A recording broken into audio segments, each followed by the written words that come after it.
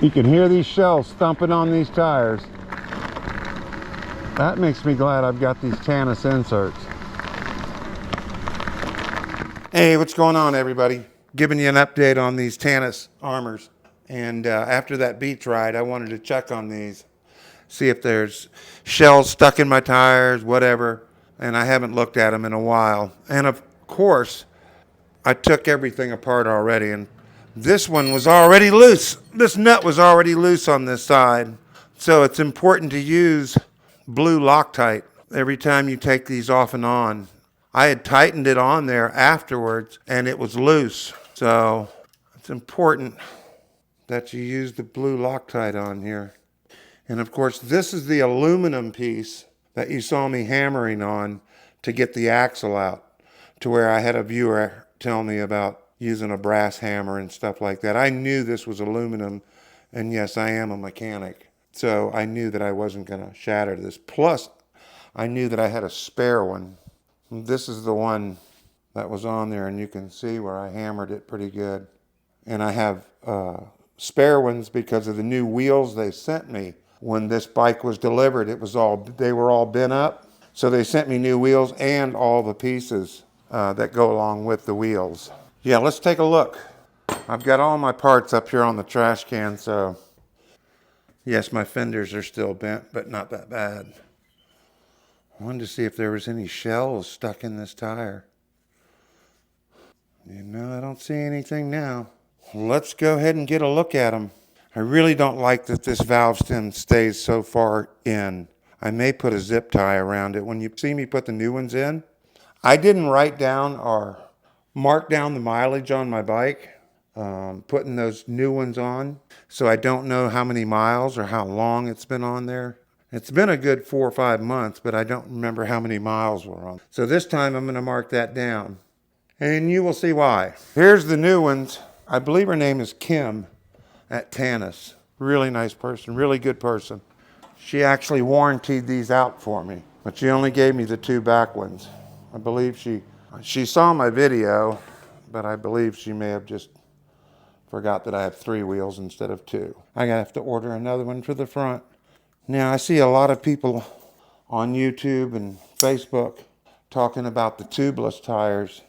I don't know about tubeless tires. All I know is this is what I grew up with, and I thought it was really awesome that there were these Tannus Armour inserts you could use. And I guess it gets deeper. You can even buy solid wheels that go on here. I just got an advertisement on my phone about that. Yeah, I don't know about that either. This is really just how easy it is to get these off here. Unlike the people with the 4-inch tires.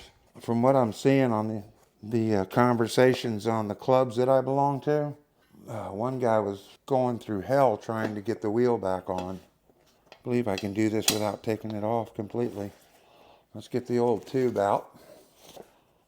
And then here's the insert. Okay, wow, I'm already seeing what a big difference. They recommend 28 pounds of pressure, and after riding, let some of the air out as it sits. Well, letting some of the air out concerns me. If it sits for a while, it may create a hard spot in the, even like a tire, you know, letting a tire sit a long time. So these are the new ones. They even gave me the tube. Let's see the difference. Let's see what it looks like, you know. Well, now, that's pretty flat. That's not what these are. And of course, I'm not going to cut one of these in half to show you the thickness, but they do show it on their website and their advertisements.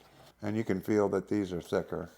And you know, being that this is a trike, if this was a bicycle, I wouldn't worry about this as much. But being this is a trike, you can't push this thing like you can a bicycle. And some of the places I'm going, especially at the beach now, where I'm riding on those seashells, it's pretty important that I have really as much protection as I can, because first of all, I'm going some isolated areas that I'd have to call in help. I'd have to call in probably the park rangers with a pickup truck to come get me because I can't push this thing out of there. There's an island I'm getting ready to go to that's miles long, and there's nobody on it.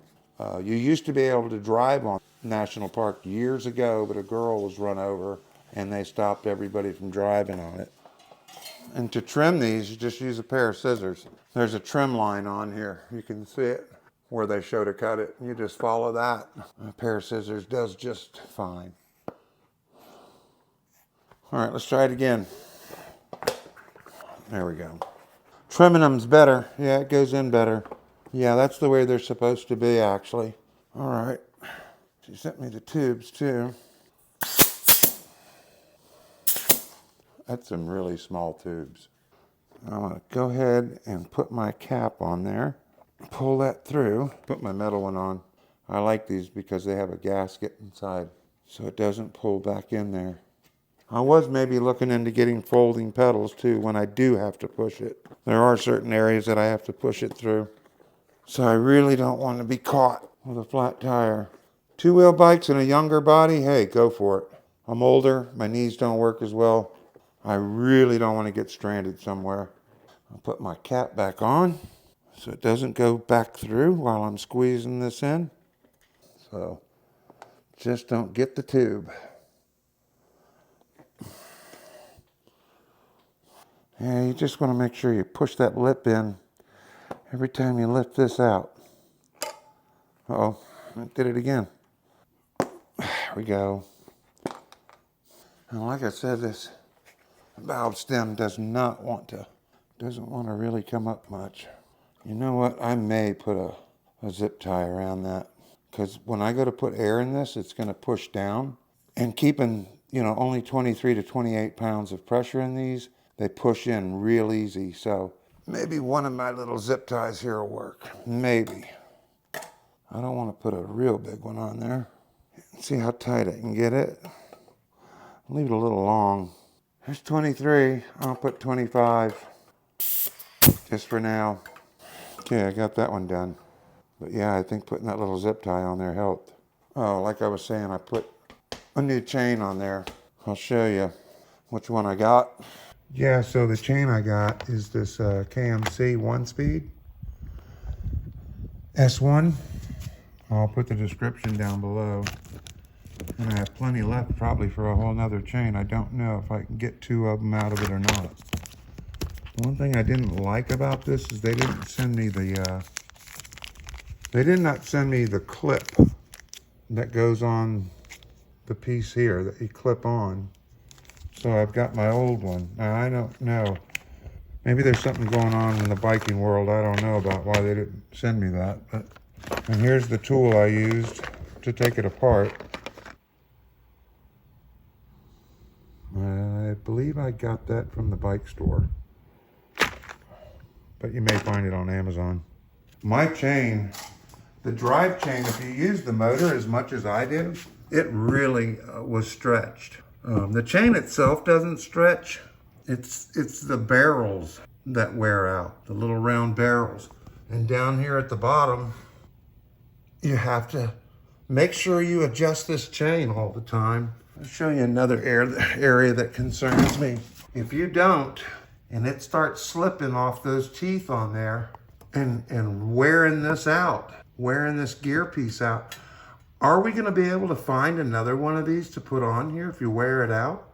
Did they make it just for this bike? That's another concern of mine. One thing I did learn about 1-speed and 10-speed bikes is these chains are thicker and the 10-speeds are thinner. I never knew that before. I just rode. Yeah, so I haven't done my other chain yet. I've only done my drive chain, and because it was a whole lot more stretched out than my drive. I pedal some, but not a whole lot. And I did adjust that up better. And this I've got pretty taut. I checked it when the bike was delivered, so I'm going upon what they had. There it is again. Here's this gear here. I don't know if they made that, but if you allow this chain to get too worn out and it starts tearing these teeth up, you're gonna have to find this piece. It's not on Lectric's parts list, that's for sure. So they're probably gonna say, oh, I don't know. So there you're left to the bike shops. And I don't think that's really cool. I wanna be able to repair this bike. Anyway, thanks for watching. And I hope that helped out a little bit there. I have to look back to see exactly what I paid for these. I think I paid like 38 bucks a piece for them. And it's pretty expensive. So what I'm gonna make sure I mark down the miles this time. That's expensive for this kind of, but the protection, you think about the protection, especially where I'm going next. It's going to be a lot rougher. So anyway, subscribe, give me a like. Any questions, let me know, and I'll see you on the next one.